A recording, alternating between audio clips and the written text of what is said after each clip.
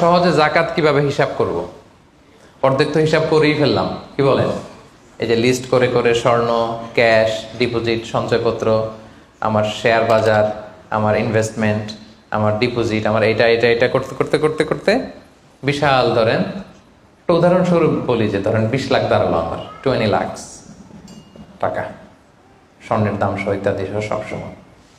এবার হিসাবটা কিভাবে করব? হিসাবটা খুব সহজ। আমার জাকাতে বলে আসলে আমি সব হিসাব দিয়ে পাইলাম কয় লাখ টাকা? 20 লাখ। এবার আমার যদি ঋণ থাকে, আমি ঋণটা এখান থেকে বাদ দিব। আমরা শুরুতে বলছিলাম এক ধরনের ঋণ আছে একবারে দিয়ে দিতে হবে, এরকম একবারে ঋণ দেওয়ার যদি আমার কিছু থাকে ওইটা আমি বাদ দিব। ধরেন আমার একবারে ঋণ দেওয়ার আছে 5 লাখ টাকা, যেটা আমাকে একবারই পরিশোধ করতে হবে অল্প কিছুদিনের মধ্যেই, তাহলে এটা আমি বাদ দিতে পারবো। তো 5 লাখ টাকা যদি 20 লাখ টাকা থেকে বাদ দিয়ে কত থাকে? 15 লাখ। এরপর আমি বলেছিলাম যে কিস্তিতে যে ঋণগুলো থাকে সেক্ষেত্রেও আমি বাদ দিতে পারবো ম্যাক্সিমাম 1 বছর, 12 মান্থস। ধরেন যে বড় একটা কিছু আমি কিনেছি, সেখানে 12 মাসের আমার যে ঋণ, সেই ঋণ আসতেছে ধরেন যে কিস্তিতে, ধরেন আরো 5 লাখ, তাহলে কত বাদ গেল? 5 5 10 লাখ, থাকলো কত? এই 10 লাখ হচ্ছে আপনার নাও জাকাতেবল অ্যাসেট।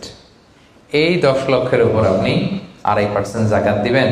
আর হিসাবটা যদি আপনি সূর্য বছর অনুযায়ী করেন তাহলে 2.58% দিবেন। সহজ হয়ে গেছে না মোটামুটি? হ্যাঁ, মোটামুটি সহজ হয়েছে না? এরপর এক একজনের এক এক ধরনের বিজনেস, এক এক ধরনের কোশ্চেন থাকবে। এটা পার্সোনালি কোনো মুফতির কাছে বা যে কোনো স্কলারের কাছে আপনার পার্সোনাল আলাদা করে হিসাব করা লাগলে এটা করে নেবেন। কিন্তু ওভারঅল জাকাতের কিভাবে ক্যালকুলেট করতে হয় এবং প্রসেসটা কি, রাইট প্রসেস, এটার একটা ধারণা তো আপনারা পেয়েছেন নাকি? বুঝতে পারছেন না সবাই? আচ্ছা, এরপরে বলেছিলাম ফসলের জাকাত, মানে কৃষি সম্পদের জাকাত। কিছু চাষ করলেই জাকাত দিতে হয় না, এটার একটা নিসাব আছে। সেটা হচ্ছে কমপক্ষে 18 মণ। কমপক্ষে কয় মণ? 18 মণ। কমপক্ষে 18 মণ হইলে ফসলের জাকাত দিতে। আল্লাহ বলেন, ইয়া আইয়ুহাল্লাযীনা আমানু আনফিকু মিন তাইয়্যিবাতি মা কাসাবতুম ওয়া মিম্মা আখরাজনা লাকুম মিনাল আরদ। জমিন থেকে যেটা উৎপন্ন করে দেই এটাও আল্লাহর রাস্তায় দান করো। ওয়া আতু হাক্কাহু ইয়াউমা হাসাদি, যেদিন ফসল হারভেস্টিং করে ঘরে তুলবেন ওই দিনই জাকাত দিতে হবে। মজার ব্যাপার হচ্ছে ফসলের ক্ষেত্রে বা কৃষিজ পণ্যের ক্ষেত্রে কিন্তু 1 বছর অপেক্ষা করা লাগে না। এর আগে টাকা পয়সা, স্বর্ণালঙ্কার এগুলো 1 বছর আছে কিনা দেখতে হয়। কিন্তু যারা কৃষি কাজ করে ফসলের ক্ষেত্রে 1 বছর তো 1 বছর নাই, ফসল যেদিন কাটবেন ওই দিনই ফসলের জাকাত। তো ফসলের জাকাতের জন্য 1 বছর ওয়েট করা লাগে না। তো আপনি নিজে ধরেন ধান খাওয়ার জন্য আপনি ফসল করছেন 10 মণ, ওটার জাকাত দেওয়া লাগবে? বুঝে থাকলে উত্তর দেন। 10 মণ ধান আমি করেছি, কেন লাগবে না? 18 মণ হয় নাই। দেখেন শরীয়ত কত সুন্দর, কিছু আপনি করলেই জাকাত দিতে বলে নাই। এটা একটা স্ট্যান্ডার্ড আছে, লাইসা ফিমা দুনা খামসাতে আউসুকিন সাদাকা। 5 ওসাকের নিচে জাকাত হয় না। 1 ওসাকে কত এভাবে হিসাব করে বের করা হয়েছে 720 কেজি, 18 মণ। 18 মণের নিচে হইলে জাকাত দেওয়া লাগবে না। আরেকটা ব্যাপার হচ্ছে যে কোনো ফসলে জাকাত হয় না যে ফসলগুলোকে গুদামজাত করা যায়। পচনশীল যদি হয় হবে না। যেমন আম রাখা যায়, কলা রাখা যায়, পেঁপে রাখা যায়, শাকসবজি রাখা যায়।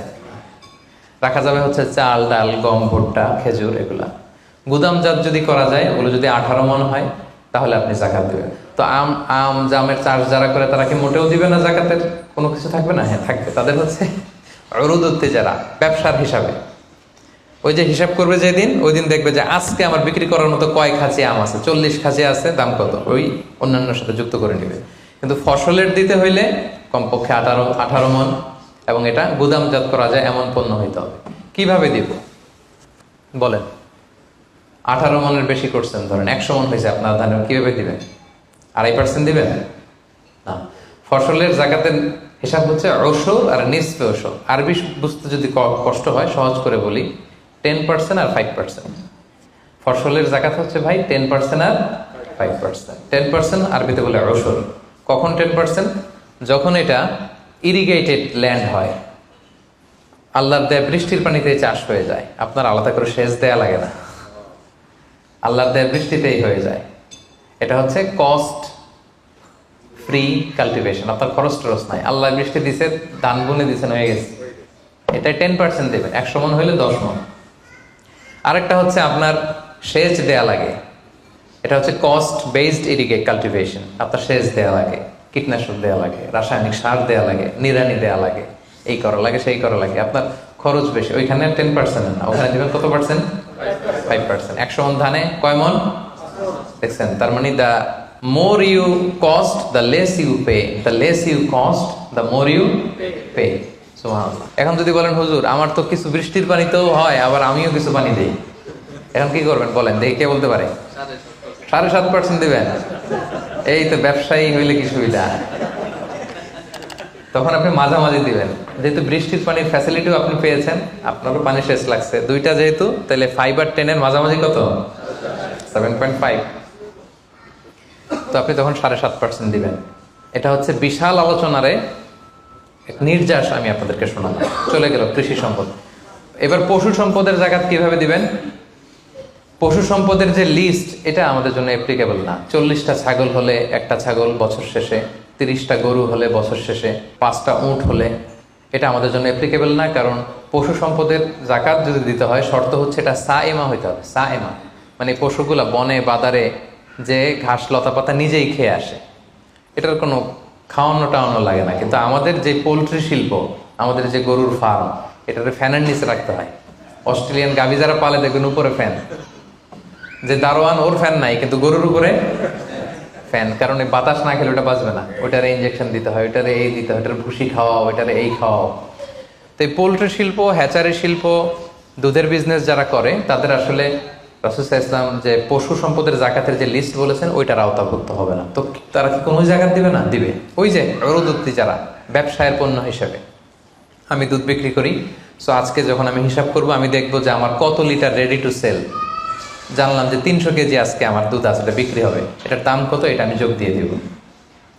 জাকাতে বলে অ্যাসেট যত আছে এগুলোর সাথে যোগ দিয়ে হিসাব করবো। বুঝতে পারছেন? সহজ হয়ে গেল না? Be a part of our vision. Do listen